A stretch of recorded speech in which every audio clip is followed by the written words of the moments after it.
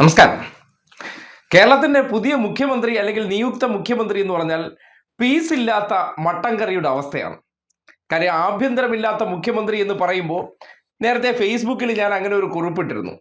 ആ കുറിപ്പിട്ടിരുന്നപ്പോൾ അതിൻ്റെ താഴെ ചിലർ വന്നിട്ട് പറഞ്ഞ കാര്യം, വി.എസ്. അച്യുതാനന്ദൻ 2006 കാലഘട്ടത്തിൽ അദ്ദേഹത്തിന് ആഭ്യന്തരമില്ലായിരുന്നല്ലോ എന്നുള്ള കാര്യം. സ്വാഭാവികം, ഇല്ലായിരുന്നു. തൊട്ടടുത്ത മന്ത്രിസഭ 2011 വരുമ്പോൾ ഉമ്മൻചാണ്ടി തുടക്കത്തിൽ ആഭ്യന്തരമന്ത്രിയായിരുന്നു. പിന്നീട് സുകുമാരൻ നായർ ഇടപെട്ട് താക്കോൽ സ്ഥാനം വാങ്ങി ആർക്ക് കൊടുത്തു? ഏത് സ്ഥാനം? താക്കോൽ സ്ഥാനം വാങ്ങി നേരെ ചെന്നിത്തലയുടെ കയ്യിൽ കൊടുത്തൊരു ചരിത്രം നമ്മുടെ കയ്യിലുണ്ട്. അതെ, ആഭ്യന്തരമില്ലാത്ത മുഖ്യമന്ത്രി എന്ന് പറഞ്ഞാൽ കൃത്യമായിട്ട് പീസ് ഇല്ലാത്ത മട്ടൻ കറി പോലെയാണ്. മുഖ്യമന്ത്രി കസേര എന്നാൽ കൂടുതൽ ഗ്ലാമറസ് ആവുകയും കൂടുതൽ ഇഫക്റ്റീവ് ആകുക എന്ന് പറഞ്ഞാൽ ആഭ്യന്തരം കൈവശം വേണം. ഇല്ലെങ്കിൽ പിന്നെ എന്ത് മുഖ്യമന്ത്രി? മുഖ്യമന്ത്രി എന്നുള്ള നിലയ്ക്ക് ഒരു മന്ത്രിയായിട്ട് അവിടെ ഇരിക്കാം, അതായത് മന്ത്രിമാരിലെ മുഖ്യനായിട്ട് അവിടെ ഇരിക്കാം.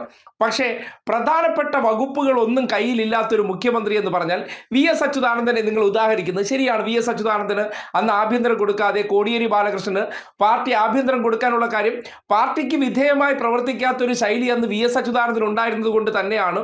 ആഭ്യന്തര വകുപ്പ് അദ്ദേഹത്തെ ഏൽപ്പിച്ചു കഴിഞ്ഞാൽ ഉണ്ടാകാൻ ചിലപ്പോൾ പാർട്ടിയുമായിട്ട് കോൺഫ്ലിക്റ്റുകൾ ഉണ്ടാകാൻ സാധ്യതയുണ്ട്. അതുകൊണ്ട് അദ്ദേഹത്തിന് അന്ന് ആഭ്യന്തരം കൊടുത്തില്ല. മുഖ്യമന്ത്രി സ്ഥാനത്തിലേക്ക് ഏറ്റവും സീനിയർ മോസ്റ്റ് ലീഡർ എന്നുള്ള നിലയ്ക്ക് അദ്ദേഹത്തെ പരിഗണിച്ചു, ആ സ്ഥാനം നൽകി. അതൊരു റിയാലിറ്റിയാണ്.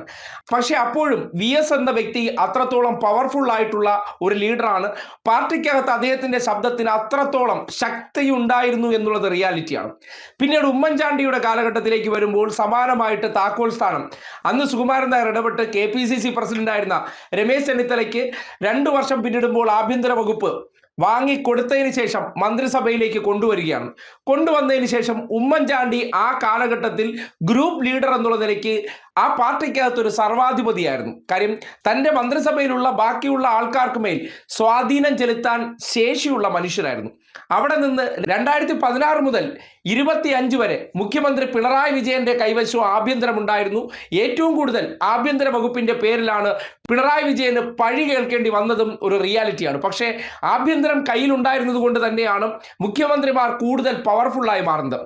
ഇപ്പോൾ V.D. സതീശൻ മുഖ്യമന്ത്രിയാകുമ്പോൾ ആഭ്യന്തരം കൈവശമില്ലാതെ അത് രമേശ് ചെന്നിത്തലയ്ക്ക് തുടക്കത്തിൽ തന്നെ കൊടുക്കേണ്ടി വരുന്ന സാഹചര്യം ഉണ്ടാകുമ്പോൾ, നേരത്തെ പറഞ്ഞ പോലെ പീസില്ലാത്ത മട്ടൻ കറിയെന്നോ ഉപ്പില്ലാത്ത കഞ്ഞി എന്നൊക്കെ പറയുന്ന പോലെ ആഭ്യന്തരം ഇല്ലെങ്കിൽ, പ്രത്യേകിച്ച് രമേശ് ചെന്നിത്തലയെ പോലെ ഒരു ജൂനിയർ ലീഡറിന്, നേരത്തെ ആഭ്യന്തരം ഇല്ലാതിരുന്ന മുഖ്യമന്ത്രിമാർക്ക് മന്ത്രിസഭയിലെ മറ്റുള്ളവർക്ക് മേൽ എത്രത്തോളം സ്വാധീനം ചെലുത്താൻ പറ്റും, അല്ലെങ്കിൽ എത്രത്തോളം അവരുടെ മുകളിൽ സമ്മർദ്ദം ചെലുത്താൻ പറ്റും എന്നുള്ള ചോദ്യമുണ്ട്. അവിടെയാണ് KC പക്ഷവും അല്ലെങ്കിൽ VD പക്ഷവും ചെന്നിത്തല പക്ഷവുമായിട്ടൊക്കെ മാറുന്ന സന്ദർഭത്തിൽ സതീശൻ എന്ന വ്യക്തി താരതമ്യേന വളരെ ജൂനിയറും ബാക്കിയുള്ളവർക്ക് മേൽ അദ്ദേഹത്തിന് വലിയ സ്വാധീനവും സ്വാതന്ത്ര്യവും ഇല്ലാതെ വരുമ്പോൾ വെറും മുഖ്യമന്ത്രി എന്നുള്ള നിലയ്ക്ക് ചലിക്കാൻ പറ്റാത്ത പാവയുടെ അവസ്ഥയിലേക്ക് ആയി പോകുമോ എന്ന സംശയമുണ്ട്.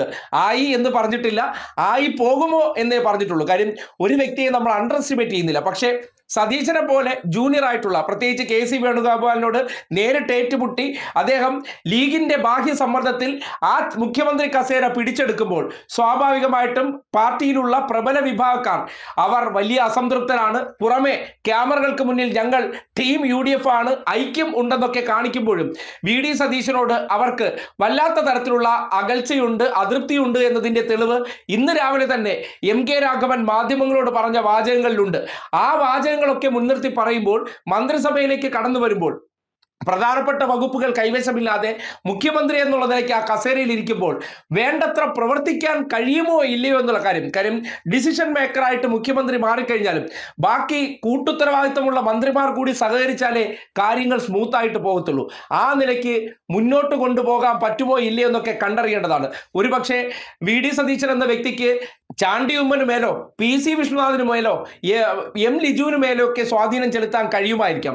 പക്ഷെ അതിനപ്പുറത്തേക്ക് മുതിർന്ന ലീഡർമാരോടൊന്നും സതീശന് സ്വാധീനം ചെലുത്താൻ പറ്റാത്തത് കൊണ്ട് ആഭ്യന്തരം കൂടി കൈവശമില്ലാത്ത സാഹചര്യം ഉണ്ടാവുകയാണെങ്കിൽ വെറുതെ ഒരു മുഖ്യമന്ത്രി പോലെ ആ 5 വർഷം ഇരുന്ന് തീരേണ്ട അവസ്ഥ വരുമോ ഇല്ലയോ എന്നൊക്കെ കണ്ടറിയേണ്ട കാര്യമാണെന്ന് അനുമാനിക്കുകയാണ്.